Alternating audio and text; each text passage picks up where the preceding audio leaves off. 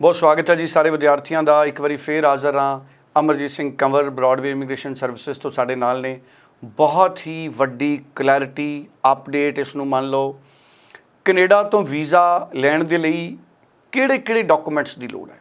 हजे भी विद्यार्थी बहुत सारे अजिहे डॉकूमेंट्स ला रहे हैं, गलत तरीके नाल ला रहे हैं जिन्हां दी लोड़ नहीं। किहड़े-किहड़े डॉकूमेंट लगने ने, बहुत वड्डी क्लैरिटी है और वीज़ा मिलण दे चांस बहुत ज़्यादा वधणगे। पूरी क्लैरिटी अमरजीत सिंह कंवर साडे नाल सांझी करनगे। कंवर साहब करियो विस्तार। सो कनाडा को लेके अगर आपने वीजा हासिल करना है तो कौन से डॉक्यूमेंट्स जरूरी हैं। बहुत से लोग कुछ फालतू डॉक्यूमेंट्स अपनी फाइल में लगा रहे हैं और कुछ जरूरी डॉक्यूमेंट्स को मिस कर रहे हैं। तो भाई समझें फाइल के अंदर कौन से डॉक्यूमेंट्स जाएंगे तो ही आपका वीजा सही से डिसाइड होगा। तो नंबर 1 सबसे पहले हम करते हैं एजुकेशन की बात।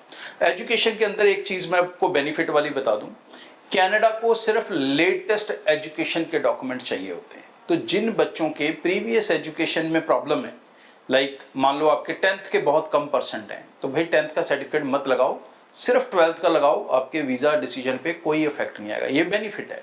अगर आपकी ग्रेजुएशन स्ट्रांग है लेकिन +2 और 10th आपकी स्ट्रांग नहीं थी तो +2 10th लगाने की जरूरत नहीं है। आप सिर्फ ग्रेजुएशन के डॉक्यूमेंट्स लगाओ, आप अपना वीजा हासिल कर सकते हो। उनको लेटेस्ट एजुकेशन के चाहिए जिसके बेसिस के ऊपर आपने नया कोर्स कनाडा के अंदर सेलेक्ट किया है, तो ये एक बेनिफिट होता है।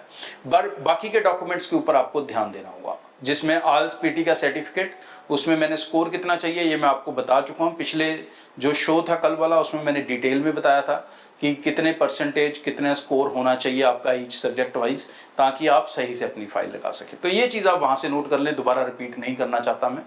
और उसके अलावा जो डॉक्यूमेंट्स हैं आपके ऑफर लेटर, एकेडमिक्स जो भी आप लगा रहे हो, आल्स पीटी का सर्टिफिकेट, पासपोर्ट आपका लगेगा, पाल लेटर जो आपको वहां से मिलेगा, एलओए जो आपको वहां से मिलेगा, फी रिसीट जो आपको वहां से मिलेगी।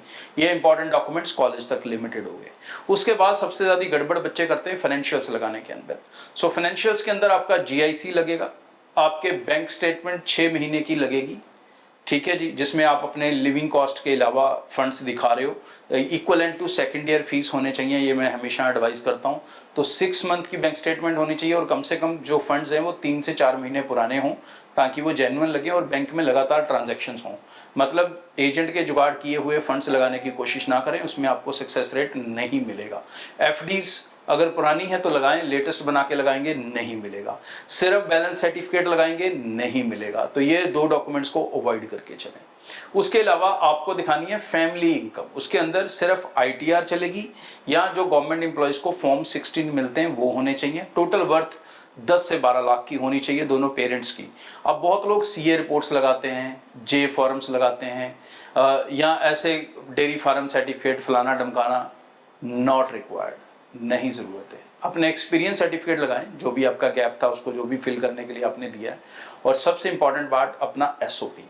बहुत सारे बच्चे मैंने रिसेंटली ऐसे देखे जिन्होंने कहा जी एजेंट ने कहा एसओपी लगाने की जरूरत नहीं है, आप पहली बार फाइल लगा रहे हो, क्यों लगाना है एसओपी। भाई एसओपी चाहिए, it's a statement of purpose कि आप कनाडा क्यों पढ़ने जा रहे हो, आप कनाडा यही कोर्स करने क्यों जा रहे हो, आप कनाडा इसी यूनिवर्सिटी या कॉलेज में क्यों जा रहे हो, आप कनाडा ही क्यों जा रहे हो, आप कनाडा अपने रहने खाने पढ़ने का प्रबंध कैसे करेंगे, ये और ये पढ़ाई करके आपको फ्यूचर में क्या बेनिफिट होने वाले हैं, ये सब एसओपी में है।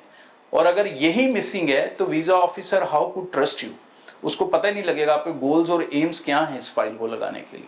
सो इन डॉक्यूमेंट्स के ऊपर अगर आप खास ध्यान देंगे दोस्तों, तो आप अपने वीजास में बेसिक गलती कम से कम नहीं करेंगे, जो बहुत लोग कर देते हैं और फिर दोबारा फाइल से लगानी पड़ती है। तो एक ही बार लगानी पड़ेगी, लेकिन सही से लगानी सीख लो, ये इंपॉर्टेंट है। अप्लाई चाहे ब्रॉडवे से करो चाहे कहीं और से, लेकिन अपनी फाइल की जिम्मेवारी खुद उठाकर चलो। सो बहुत बहुत धन्यवाद जी। 90238 90238 अमरजीत सिंह कंवर ਦੇ ਨਾਲ ਇਹਨਾਂ ਦੀ ਟੀਮ ਦੇ ਨਾਲ ਇਸ ਨੰਬਰ ਤੇ ਤੁਸੀਂ ਗੱਲ ਕਰ ਸਕਦੇ ਹੋ।